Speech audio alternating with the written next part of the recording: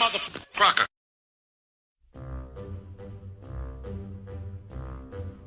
The Jell-O Program, starring Jack Benny with Mary Livingston and Phil Harris and his orchestra. Thank you. This is Groucho Marx. Well, here I am, stepping in over my head again.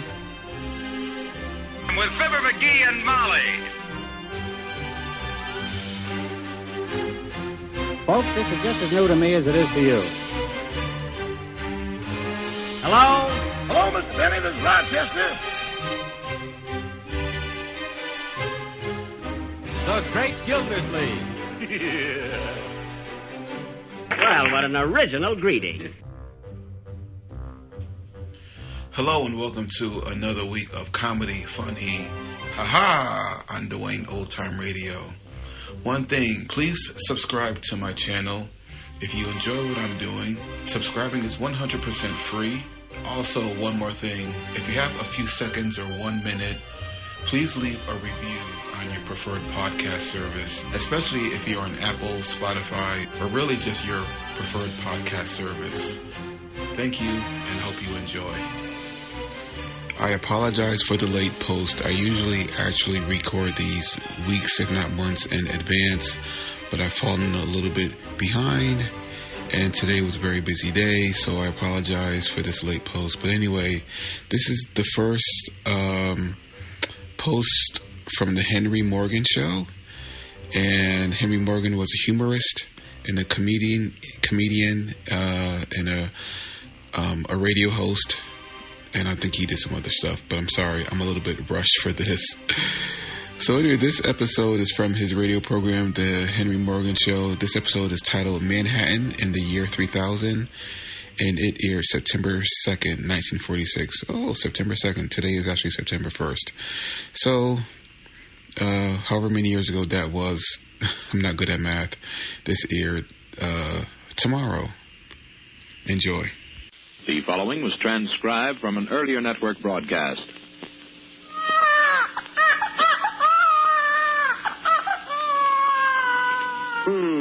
Sounds like the American Broadcasting Company just had a new program.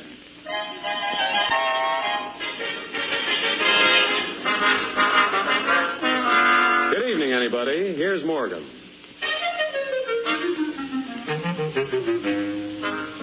ABC presents Henry Morgan in a program featuring Susie Dusseau, Charlie Irving, Bernard Green and his orchestra, and a few surprises. And now, ladies and gentlemen, the star of our show, America's #1 funny man, Bob Hope.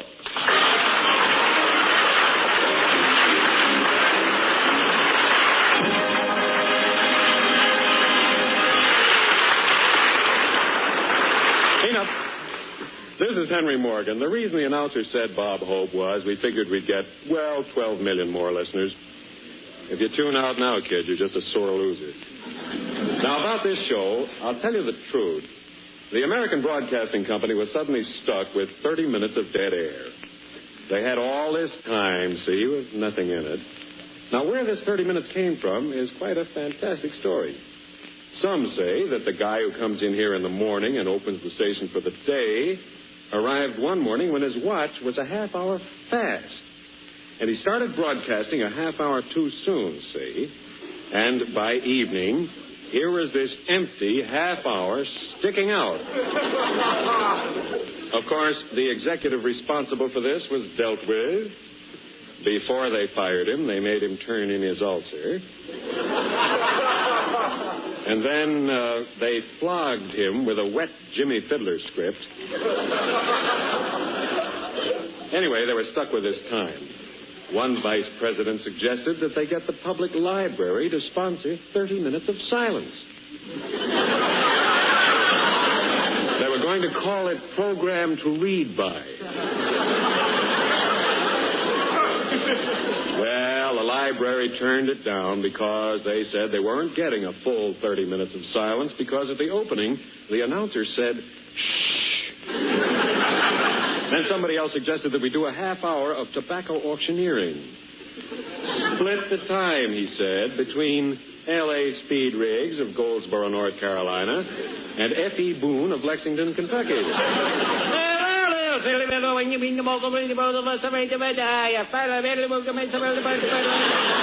Or,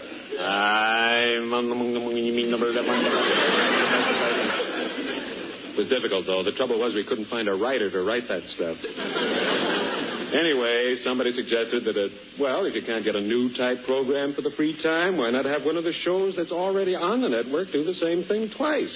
And they asked the Lone Ranger if he'd take over the time, but he said no, this is the night that Silver listens to the radio. You'd be surprised, kids. Everybody has turned this half hour down. Harry Wismer, Jack Armstrong, Alma Kitchell, until they came to me. Oh, it's not that I needed the job, but they made me such a good offer. They told me, the executives did, that if I do this show, I get, 1, an autographed picture of Chiquita Banana, 2, a season pass to Grant's Tomb, and 3, a rubber stocking, which I don't need. Then we had the problem of giving this program a name. It's very difficult. You think this is easy? We were going to call it the Jack Benny Show, but we found out somebody was using that. We had... Oh, pardon me. Come in. Mr. Benny? No, I said we were going to call it that. Now, this show will be... That was terribly amusing when we did it the first time. This show will be divided into 2 parts, an opening and a closing, and I, of course, am in the middle. Now, everything that happens from now on will be a public service. As a public service, we present...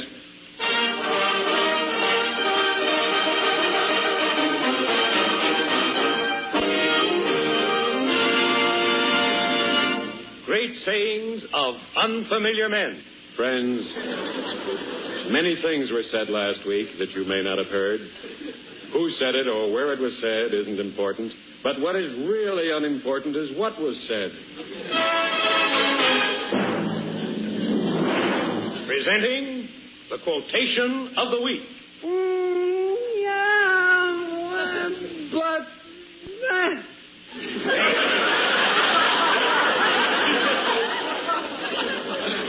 Now for the music part.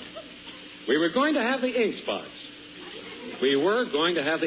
But you know the fellow who says, "Do I worry?"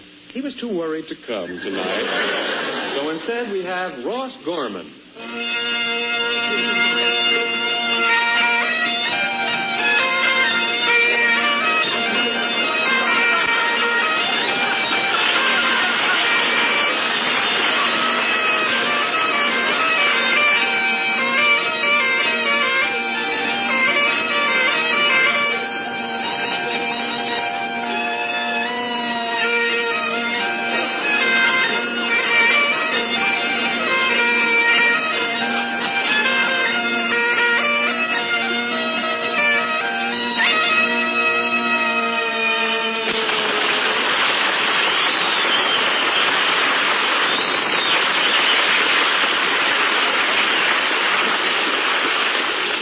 This is where the commercial announcement would go if I were foolish enough to sell this valuable program. But I won't. It's monotonous selling the same product for the same sponsor week after week. My way, I can sell anything I like. And tonight, I feel like selling cigarettes. Have you tried Morgan cigarettes? Only taste will tell. So why not try the taste test? Simply take a package of Morgan cigarettes and remove the paper from each cigarette. Pour the tobacco into a bowl. Now, taste it. Makes you sick, doesn't it? You see, ladies and gentlemen, you simply can't go around tasting cigarettes. You've got to smoke them. Here's what Mr. Snagwaris of Hollywood, California has to say. Mr. Waris, you're a regular smoker of Morgan cigarettes? Yes. Well, now, after you've smoked a pack of our brand, is your cough better or worse?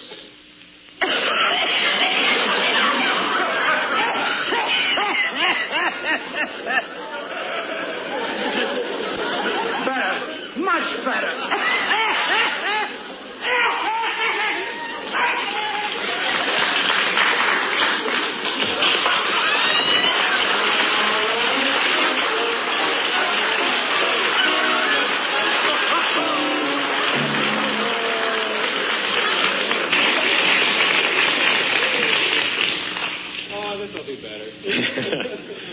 Yes, the British Broadcasting System may have commercial programs someday, and probably will have sponsored broadcasts of baseball games. Our troops left them with some knowledge of the game. We're about to take you now to London, England, for an imaginary baseball broadcast. We hope you will forgive the announcer, Mr. Morgan, if he seems a bit unfamiliar with some of the terminology. Take it away, London. This is Googie Morgan, bringing you the final inning of today's contest between Frothingham and Twickenham, in a broadcast sponsored by the makers of Empire Carbonated Water. Empire Carbonated Water contains double the bubbles, you know.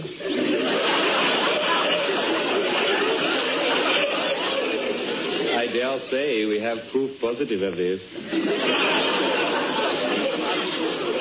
Double the bubbles. Oh, yes. It's been a lovely afternoon. The fog having lifted twice for a sum total of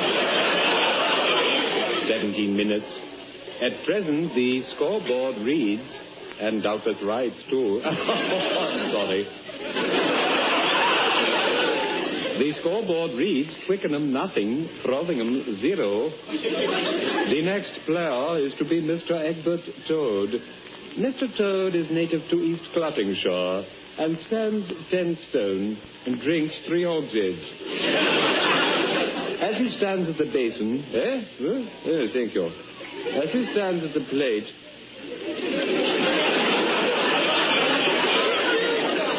His manner is quite assured. Mr. Thrussell, the bowler... thank you. The pitcher is about to pitch... yes, that is. Mr. Toad stands perfectly still, and I'm afraid he's misjudged.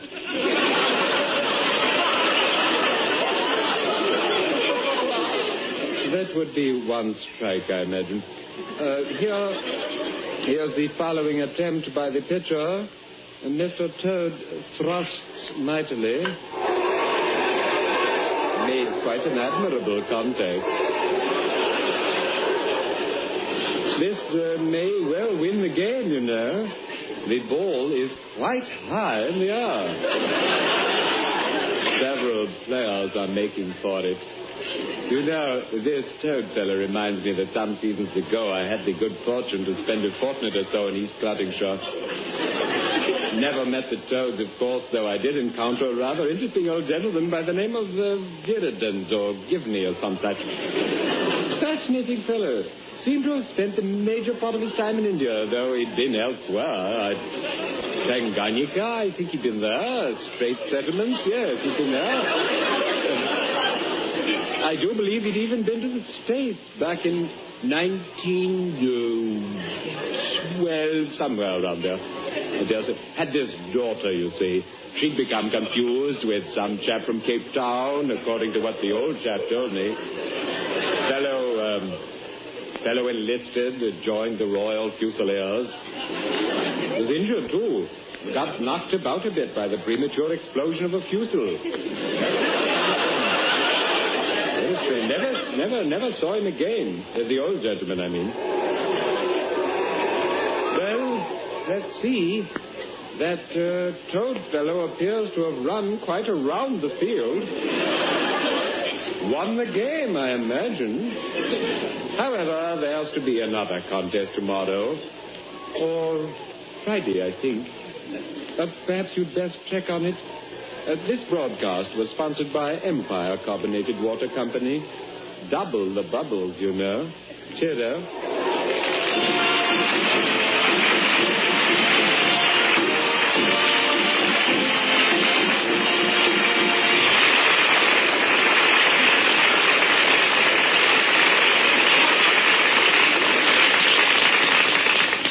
No doubt you've heard the expression, New York's a great place to visit, but I wouldn't live there if they gave me the place.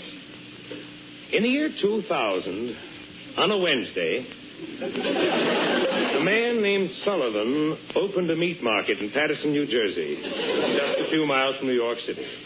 He had meat, and word got around fast. By Thursday morning, the exodus had started. By Friday night, there wasn't a soul left in Manhattan.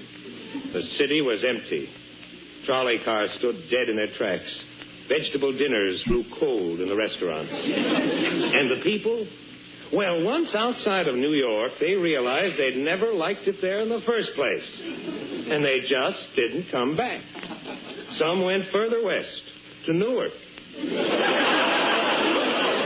Others became good humor men on the Lincoln Highway. New York became a dead and silent city, like Carthage, Pompeii, Philadelphia. For 1,000 years, nothing is heard of New York. In January of the year 3000, a rumor reaches Professor Trigg at Buzzkirk University in Cleveland. Trigg, agog with the news, rushes to one of his colleagues. Professor Morgenhoff. Professor Morgenhoff. Yes, Trigg? A report just came to my desk that a herd of animals has been sighted from the air over ancient Manhattan. Animals? Yes, Swinus vulgaris. Pigs, that is. Oh, yes. I thought they were extinct. Extraordinary, Trigg. I will form an expedition immediately. Just between us, Trigg. These food pills we live on are awful. We start at once. 5 minutes later, a rocket ship sets the expedition down in ancient Manhattan.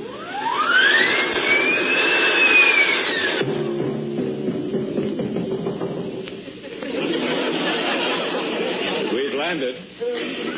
Here we are, gentlemen. New York City, just as it was when it was abandoned 1,000 years ago. Look, Professor Morgenhoff, those two signs. One says Broadway, the other says 42. And look at those vehicles piled on top of one another. Must have been an intersection in the old days, yes. McGreevy? Yes, Professor? McGreevy, why don't you take this road to the east and keep your eyes open? If you see anything, report to me on your wrist radio. Right, sir. Yes. Fine boy, that McGreevy. Love that boy, McGreevy. This is odd, sir. Poles with red and green lights on them. Poles with red and green lights? Oh, yes. Those were traffic signals in the old days. They were used in a game played with automobiles called Beat the Light. Oh, that's McGreevy signaling on his radio. Yes, McGreevy? I found a bottle with a note in it. What do you make of that? I'll read that again. I don't mind if you do. Go right ahead. What do you make of that, Morgenhoff? Much better. Well, years ago, sailors in distress put notes in bottles and tossed them overboard. What does this note say, McGreevy? It says, leave 2 cuts milk, 1 pit cream.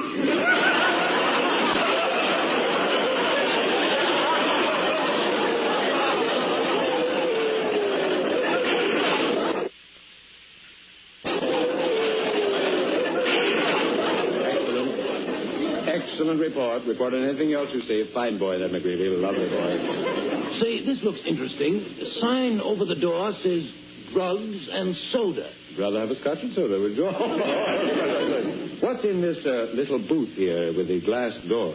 Well, I think that was called a telephone, Professor. Put that piece next to your ear. This piece here? Put it next to my ear. All right, yes. I'm still trying to get to a party.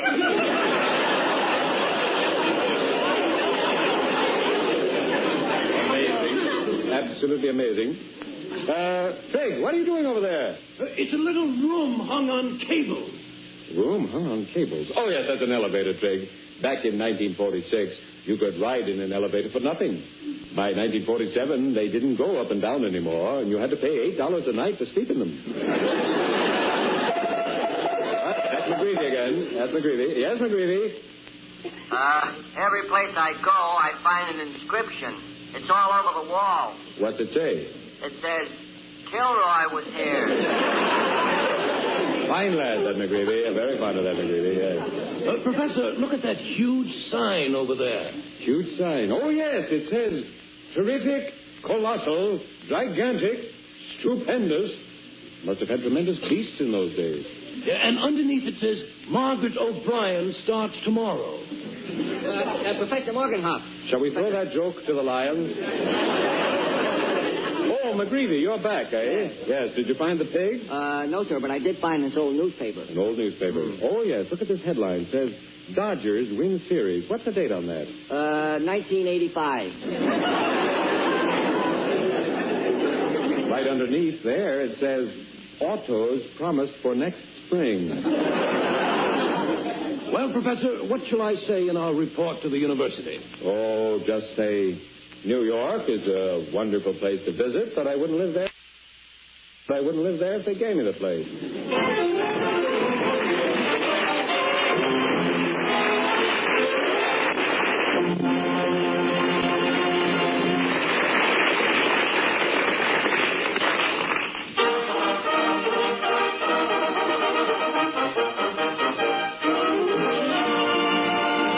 As a public service, we present the first in a descriptive series about people who give advice, entitled Help. I'm walking down the street looking for a certain address. Pardon me, mister. Do you happen to know where 675 Sunrise Road is? Funny thing, I'm going there myself. Oh, swell. Where is it? I don't know. Let's ask somebody. So I lose this character, and I ask somebody else. Lady, do you know where 675 Sunrise Road is? Well, it's about 3 blocks down the street. Turn right at the gas station and, well, hello. So I lose that character after 2 or 3 hours. And I ask somebody else. Pardon me, sir, but do you know where 675 Sunrise Road is? Yes? Well, is it around here? Yes? Can you tell me how to get there? Yes? Do you mind telling me? Yes? You don't want to tell me. What are you standing here for? He asked me what I'm standing here for. Oh! Come, Rover. Oh,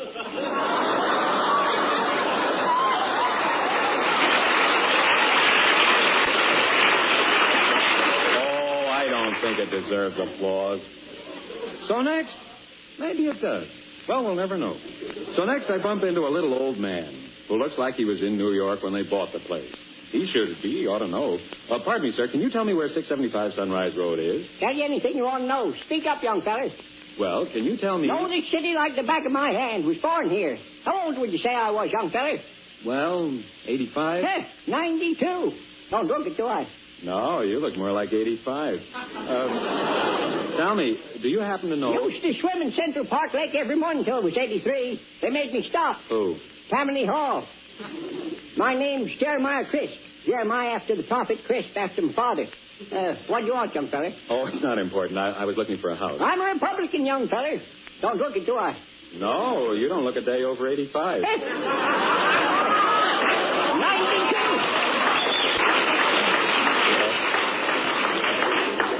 I said 92. Healthy living, does it? Never drink water from faucets. Why not? Runs through the ground. Got to get dirty. Logical. What kind of water do you drink? Rainwater. I'm healthy as a cow. Cow's got 6 lives. Oh, no. A cow doesn't have 6 lives. Huh? Got 6 or something, I know that. You know what the cleanest animals are? The cleanest animals? No, what? Pigs. I never seen a pig expectorate. What's troubling you, young fellow? You look fidgety. I was just in a hurry to get somewhere, but it doesn't matter. Know what the trouble with the country's economy is, young fella? High prices? Nope, just again. Gee, I don't know. Too many swamps. I lived in a swamp for 10 years, then had to move away. They built a city on it. What city? Philadelphia. I remember what young Martin Van Buren used to say. Think clean and live in the mountains. Deep thinker, that boy. Must have been. Well, do you happen to know the where... railroads done it. They done what? Railroads filled the air with smoke. We're all breathing railroad air, not American air. How old would you say I was? Oh, about 92? 85. So long, young feller. And remember, keep your feet on the ground and your nose to the grindstone and your eye on the politicians. Jeremiah Crisp said it. Well, I'm glad to have met you. Thank you. The shadows of dusk are slowly lengthening over the great metropolis. The lights of the city are twinkling on one by one. It's very picturesque. And I'm still looking for 675 Sunrise Road. I see a charming-looking couple sitting close together on a park bench. Excuse me, folks. Can you tell me where 675 Sunrise Road is? Well, of course. It's 2 blocks down and turn to the right. You mean to the left, darling? Oh, no, dear. I'm sure it's to the right. Never mind. I'll find it myself. You see, dear, you're confusing the man. I'm confusing him. Now, if you hadn't said anything, darling... I was just telling Why do you him. talk about something you know nothing about? Well, you're the one who doesn't know. If you don't know, why do Who you said try? I don't know? I used to work right next door. You work? You haven't worked in 10 years. If you don't mind... You stay right here. Look, you go down 2 You blocks. stop. I suppose you were in such a blind stupor you forgot last Saturday night. You were so drunk you went around kissing every woman in the room. Ha, ha, ha. Except you didn't kiss me. I wasn't that drunk. Well, thanks for trying, folks. I'll manage. I hate you. I hated you the day I married you. Then why did you marry me? Because you were a pest. You were born a pest and you'll die a pest. Gee, it's swell of you folks to try to help out. I'll take a cab. Wait a minute. I'll go with you. You're going my way? Going your way. I'm going to live with you. So, finally, I gave up and hailed a cab. Taxi, 675 Sunrise Road, please. Okay, 675 Sunrise Road. Yes. How do you get there?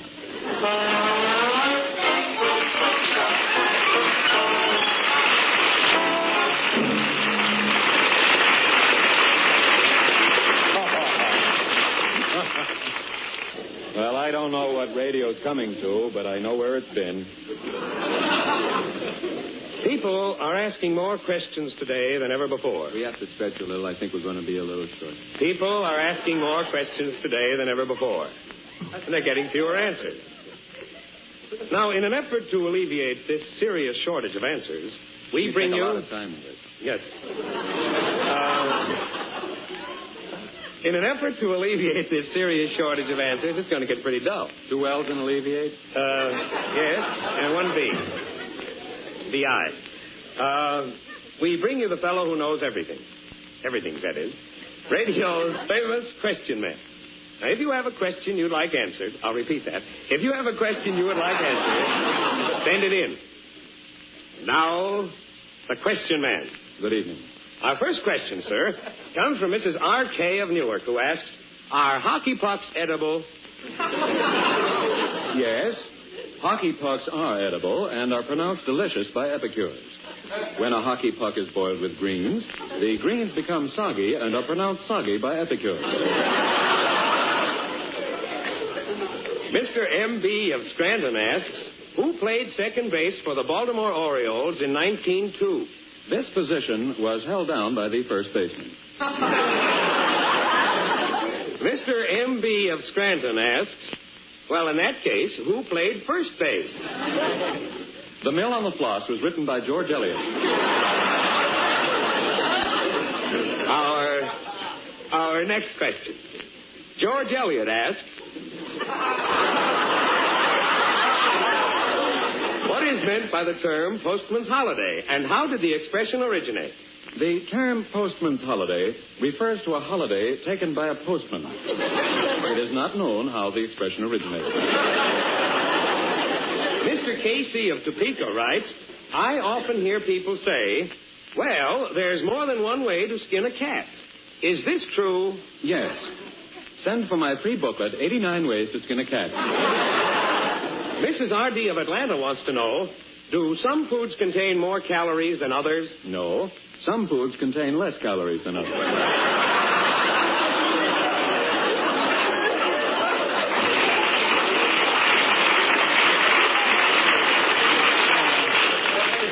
Mr. B.P. of Fresno says,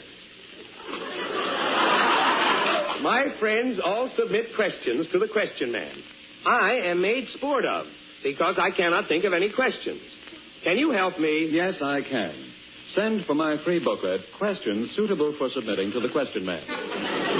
If you have a question, send it to the question man. Are we still short, Charlie? Or can we, on the nose. Keep going. If you have a question, send it to the question man. Enclose $5 to cover the cost of living.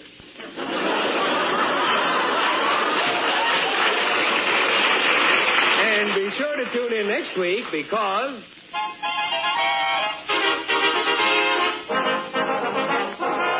Morgan will be on the same corner in front of the cigar store next Wednesday at the same time.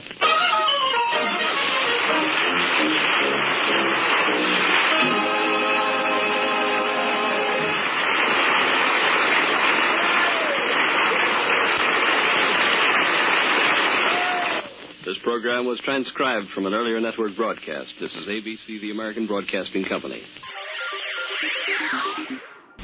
Thank you for listening, and I hope you enjoyed. As always, you can listen to my podcast on all podcast services. You can also go to my website, otr.duane.media, to listen to all of my podcasts. There's donation information, patron information, and more all on the website. The website is slowly improving. Thank you for your patience. It takes a while to update and add information to the website, but it's getting there. You can also find me on Instagram, duane.otr.